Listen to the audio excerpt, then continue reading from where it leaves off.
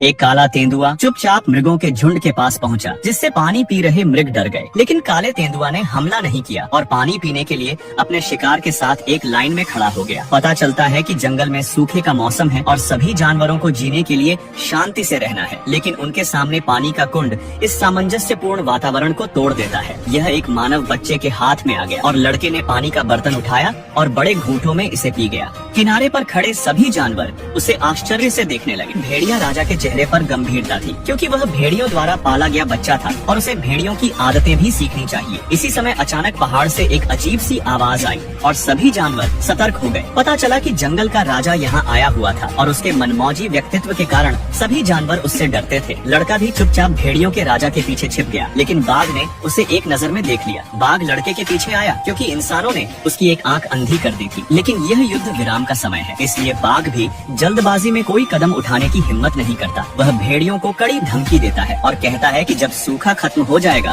और बरसात का मौसम आएगा तो लड़का मारा जाएगा। आखिरकार बारिश हुई और कुछ जानवर खुश थे जबकि अन्य दुखी थे। भेड़ियों ने इस बात पर बहुत देर तक चर्चा की कि लड़के को रहना चाहिए या यहाँ से जाना चाहिए। भेड़िया राजा के लिए चीजें मुश्किल न बनाने के लिए लड़के ने वहाँ से जाने का एक दर्दनाक निर्णय लिया। जैसे ही उसने बोलना समाप्त किया, भेड़ियों की रानी ने उसे चुप रहने को कहा, क्योंकि उसकी नजर में वह लड़का उसका बेटा था। लेकिन इस समय लड़के के शिक्षक ब्लैक पैंथर भी खड़े हो गए और उन्हें लगा कि लड़के को मानव समाज में वापस भेजने का समय आ गया है। वह अनिच्छुक थी, फिर भी भेड़िया रानी को अंततः लड़के की सुरक्षा के लिए सहमत होना पड़ा। इसलिए उसने भेड़ियों के झुंड को अलविदा कहा और काले तेंदुए के साथ चल पड़ा। वे खतरनाक झरनों से गुजरे और खड़ी चट्टानों को पार किया। पूरे रास्ते में खूबसूरत नजारे थे, लेकिन लड़का नाखुश था। इस समय काले पैंथर ने उसे बेवजह नीचे लिटा दिया। लड़का तुरंत क्रोधित हो गया। पता चला कि शातिर बाघ उसका पीछा कर रहा था। लड़का, जिसने अभी अभी प्रतिक्रिया की थी, बेताब होकर भागा। काला तेंदुआ बिल्कुल भी पीछे नहीं हटा और बाघ से कुश्ती लड़ी, लेकिन बाघ ने पहली नजर में ही काले तेंदुआ को थप्पड़ मार दिया और फिर तेजी से लड़के की ओर भागा। जैसे ही बाघ उस पर झपटने वाला था, भयभीत बाइसन के एक समूह ने